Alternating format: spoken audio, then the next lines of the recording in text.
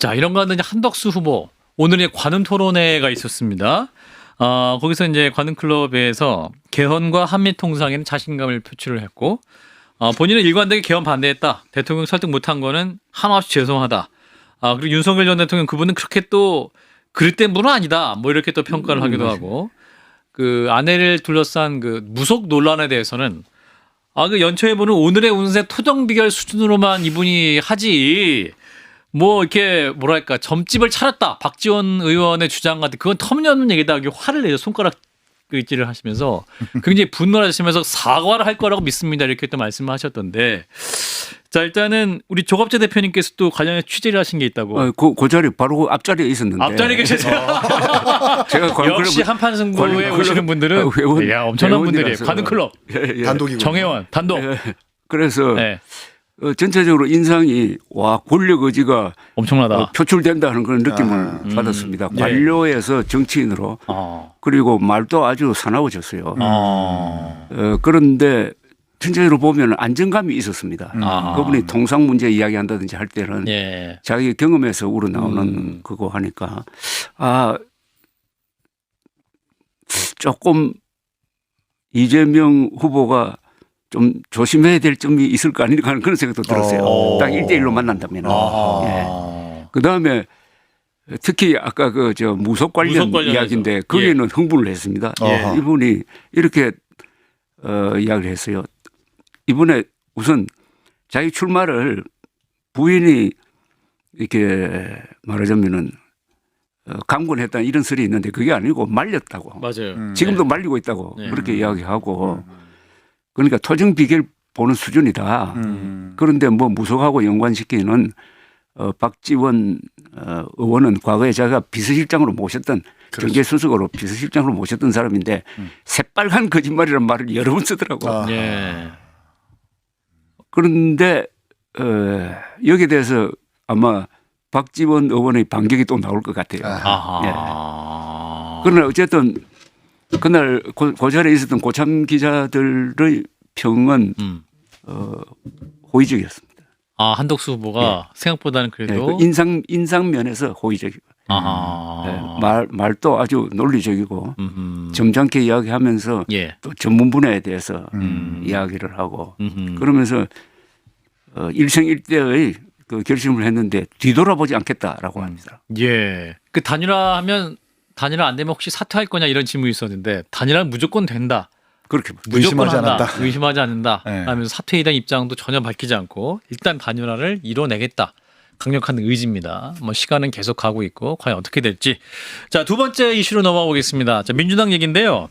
이재명 후보의 선거법 상고심 유죄 취지로 파기환송된 이후에 더불어민주당에서는 사법부에 대한 압박 수위를 높이고 있습니다. 일단 대선 선거 운동이 시작되면 관련 재판은 모두 중지되어야 한다. 이런 입장인데 영상 보고 이어갑니다.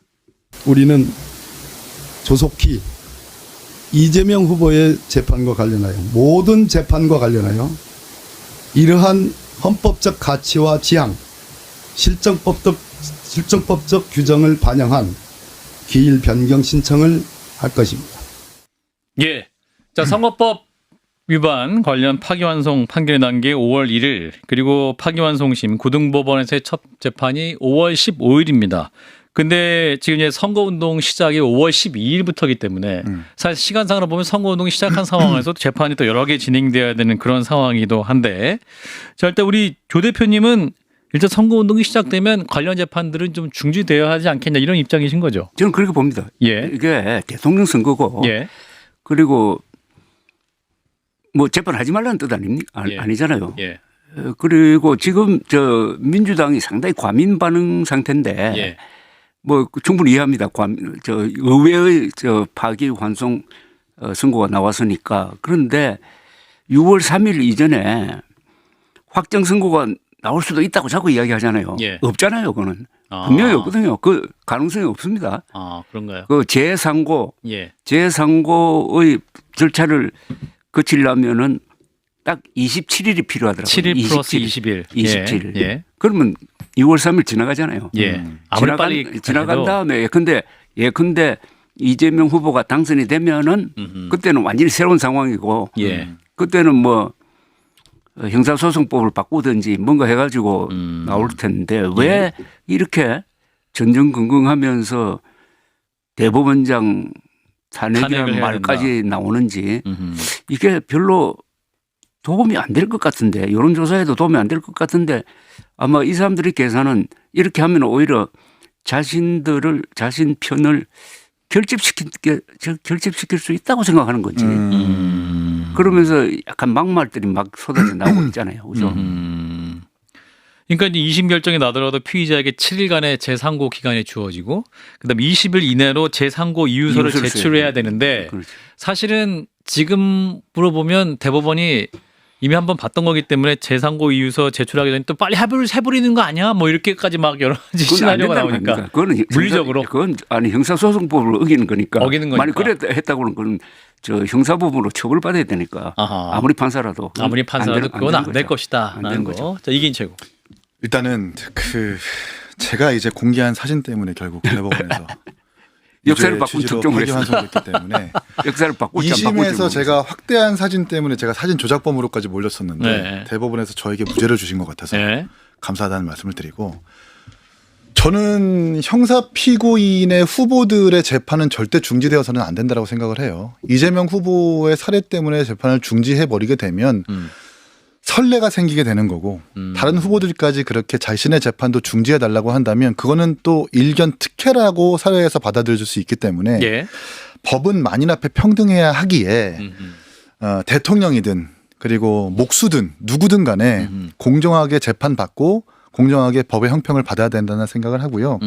전 이 민주당의 끝없는 내로남불이 정말 혐오스럽고 사실은 진짜 이 방송용어로 적합한지 모르겠지만 역겹습니다. 사실은. 절차적 정당성에 대해서 이의 제기를 할 거였다면 대법원에서 심리속행을 기일을 지정을 했을 때 이례적으로 빨리 지정한다고 했었을 때 그때 했었어야죠. 그때는 대법원이 무죄의 취지로 확정할 거라고 예견해서 우리 대법원장 잘한다라고 심지어 민주당 성향의 유튜브 방송에서는 우리 대법원장 진짜 내가 존경하는 대법원장이라고 하면서 그렇게 얘기하다가 예. 본인들이 본인들이 생각지 못한 결론이 나오니까 이제서야 갑자기 6만 페이지 운운하면서 이 판결에 불복하는 모습들은 헌정 질서를 파괴하는 최악의 행위라고 좀 보거든요. 그러면서 재판 자료를 빨리 읽었으니까 청문회 하자, 특검하자, 조희대 대법원장 끌어내리자라고 입 밖으로 서슴없이 얘기하고 있는데 예. 진짜 민주당이 공당이라고 한다면 진짜로 탄핵하고 청문회해야 할 사람 대법원관은 따로 있습니다. 바로 권순일 대법관인데요. 예. 권순일 대법관이 어떤 사람이냐 하면 이재명 도지사가 친형 강제 입원 발언으로 7대5로 갈려가지고 결국 무죄 취지로 파기환송된 거잖아요. 확정된 거잖아요. 예. 그때 이제 캐스팅보트 역할을 했었던 사람이 권순일 대법관인데 이례적인 판결을 내줬죠. 다소 진실과 차이가 나더라도 거짓말로 볼 수 없어.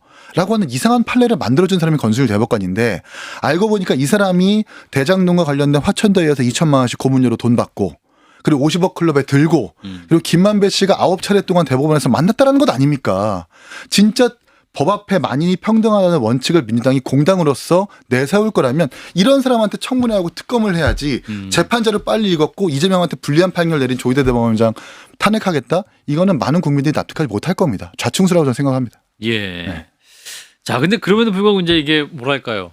대선을 30일 정도 앞둔 상황에서 그 통상적인 시간보다는 굉장히 좀 대법원이 빨리 판단을 했고 고등법원으로 이제 사건 배당하는 것도 불과 하루 만에 사건 기록을 전달하는 경우는 거의 초고속 절차 아니냐. 그래서 이것도 어떤 재판부의 의도성이 있는 거 아니냐라고 해서 또 이게 과연 절차적 정당성이 있는 거 아니냐라고 또 민주당 지지하시는 분들은 주장할 수 있는 거 아니에요? 그러니까 정당성이 그들은 이제 주장할 수 있겠죠. 예. 근데 검증이 불가능해요. 조희대 대법원장이 그리고 10명의 대법관이 이재명 대표를 끌어내리기 위해서 이렇게 속행했구나라고 주장을 할 수 있어도 검증이 불가능한 영역입니다. 그리고 애초부터 1심 판결이라고 하는 것, 1심 재판이라고 하는 것이 633 원칙을 완전히 어기고 거의 800일에 걸쳐서 3년에 걸친 재판이기 때문에 1심에서 늦어진 만큼 2, 3심에서 바로잡아야 될 책무가 대법원한테 있는 거예요. 그리고 대법원이 언제 결정을 내려야 공정한 판결이라고 평가받을 수 있겠습니까? 대선 이후에? 이재명 대표가 만약에 대통령이 되면 그때 재판을 하면 공정한 판결이라고 평가받을 수 있겠어요? 아니거든요. 대선 들어가기 전에 빨리 재판을 하고 1심에서 늦어진 일정은 빨리 조속하게 땡겨서 해주는 것이 공정하다고 판단했을 텐데 전 그게 훨씬 더 납득이 갑니다. 예, 조 대표님. 그런데 이 헌법재판소의 4월 4일 결정과 이번 대법원의 5월 1일 결정. 결정과 선고가 나온 이후의 상황이 다른 거예요. 네. 그러니까 헌법재판소의 결정이 딱 나오니까 다 승복해버렸잖아요. 보수진 뭐 상관없이. 그런데 저는 헌법재판소에서 상당히 심리전을 했다고 봅니다. 사람들을 막 기다리게 해놓고 그죠? 선고기를 계속 늦추고 맞습니다. 아주 예. 빨리 하라. 승복하자. 이럴 때 딱 했다고. 그런데 이 조희대 대법원장은 상당히 서둘렀다고. 예. 서두르는 게 다 보였죠, 사실은. 보였잖아요. 예. 그러니까 대부분이 상고 기각을 예상을 했어. 네. 그렇죠. 그러니까 이게 깔끔하게 정리하는 거다. 예. 아니면은 자판, 파기 자판이에요. 그죠? 예, 파기 재판. 파기 자판 그것도 딱 끊어버리는 겁니다. 그렇죠. 그런데 그 중간을 선택을 한 거예요. 파기 환송. 예. 파기 환송함으로써 이렇게 시끄러워져 버린 겁니다. 예. 파기 환송, 이거 계속 논란이 계속된다. 그러면은 이 정무적 고려에서 헌법재판소에 비해서 조금 덜 슬기로웠던 것 아니냐 하는 그런 생각이 듭니다. 그리고 그 논리적으로는 유죄가 맞죠. 그건 비판하는 게 아니고 그러나 이게 선거판에서 이렇게 해서야 되느냐 아니면은 그게 손 안 대고 그는 가만히 있어 버리든지 뭐 그러나 어쨌든 이게 이번 선거에 미치는 영향을 정리하면은 이런 생각은 있었을 거예요. 국민들이 투표하러 갈 때 예.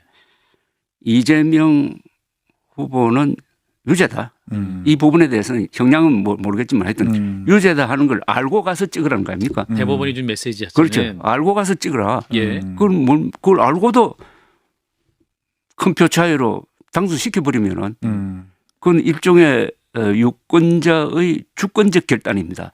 최고 수준의 결단이거든요.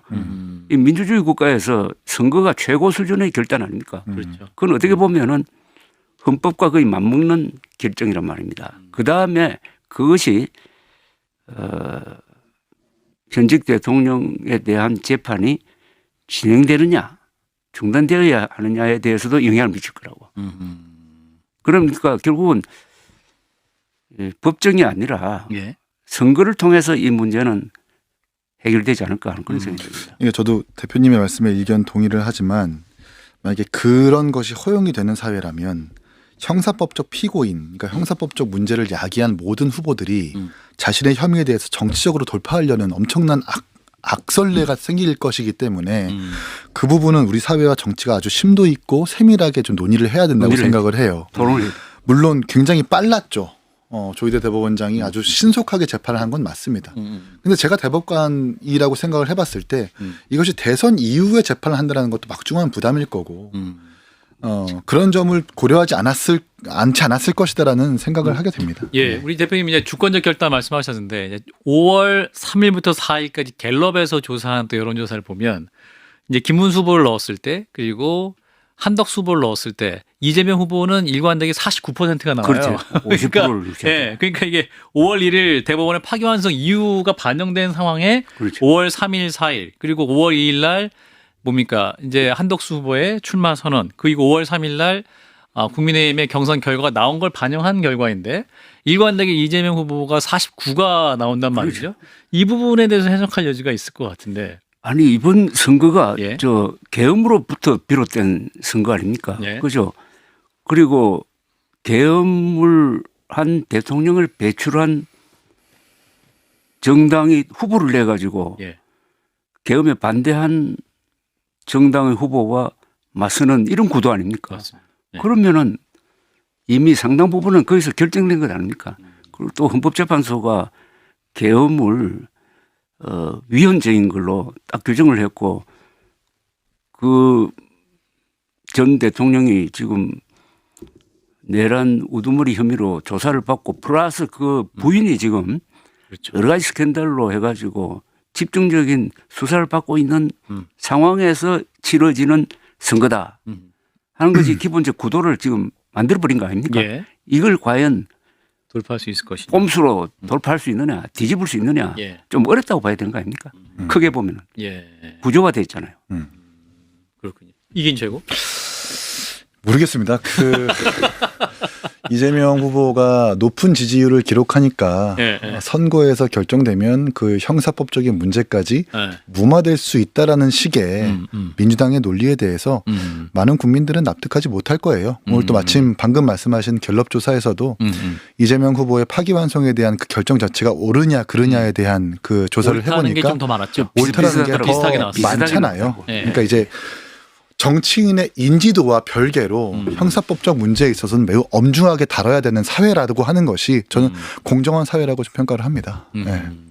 자, 그리고 이제 윤석열 전 대통령이 이제 끝났잖아요. 그 뭡니까 이제 파면이 된 상황에서 그렇죠.